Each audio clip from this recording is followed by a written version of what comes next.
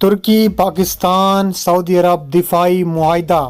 ترکیہ کے وزیر خارجہ کا بڑا اعلان، ایک اور بڑے اسلامک ملک کا اس معاہدے میں شامل ہونے کا فیصلہ۔ ناظرین گرامی، پاکستان، سعودی عرب اور ترکیہ کے درمیان طے پانے والے تاریخی مکہ مشترکہ دفاعی معاہدہ اب صرف 3 ممالک تک محدود نہیں رہے گا۔ ترکیہ کے وزیر خارجہ ہاکان فیدان نے بڑا اعلان کیا ہے کہ یہ معاہدہ خطے کے دیگر ممالک کے لیے کھلا ہے اور مصر اس میں شامل ہونے والا اگلا ملک بن سکتا ہے۔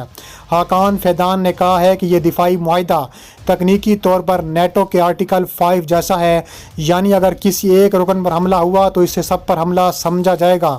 انہوں نے واضح کیا کہ یہ معاہدہ ایران یا کسی اور ملک کے خلاف نہیں بلکہ صرف تینوں اتحادوں کی سیکیورٹی کے لیے عمومی عزم ہے۔ ناظرین، پاکستان، سعودی عرب اور ترکیہ نے جمعے کو مکہ مشترکہ دفاعی معاہدے پر دستخط کیے تھے۔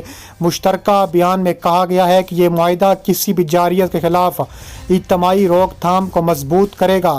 کسی ایک رکن پر حملہ تینوں پر حملہ سمجھا جائے گا۔ ترکیہ کے صدر رجب طیب اردوغان چاہتے ہیں کہ یہ اتحاد صرف 3 ممالک تک محدود نہ رہے بلکہ خطے کے تمام ممالک کو اپنے دائرے میں لائے۔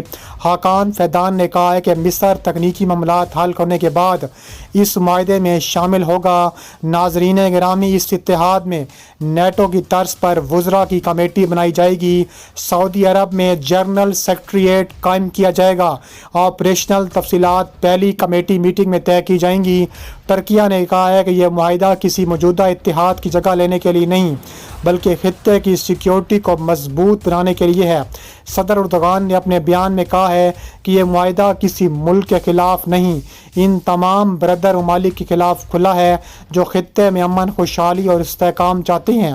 اسٹریٹجک اہمیت کی بات کی جائے تو یہ معاہدہ صرف کاغذی نہیں بلکہ عملی شکل اختیار کر رہا ہے۔ 2 سال 8 ماہ کی محنت کے بعد یہ اتحاد وجود میں آیا ہے۔ اس میں مشترکہ دفاعی تعاون، دفاعی صنعت میں مشترکہ منصوبے، دہشت گردی کے خلاف جدوجہد شامل ہے۔ اس اتحاد کے بڑھتے ہوئے خطے کا سیکیورٹی آرکیٹیکچر بدل سکتا ہے۔ اگر مصر بھی شامل ہو جاتا ہے تو یہ اتحاد مزید مضبوط ہو جائے گا۔ اسلامی دنیا میں ایک نئی قوت، دفاعی قوت ابھر کر سامنے آئے گی۔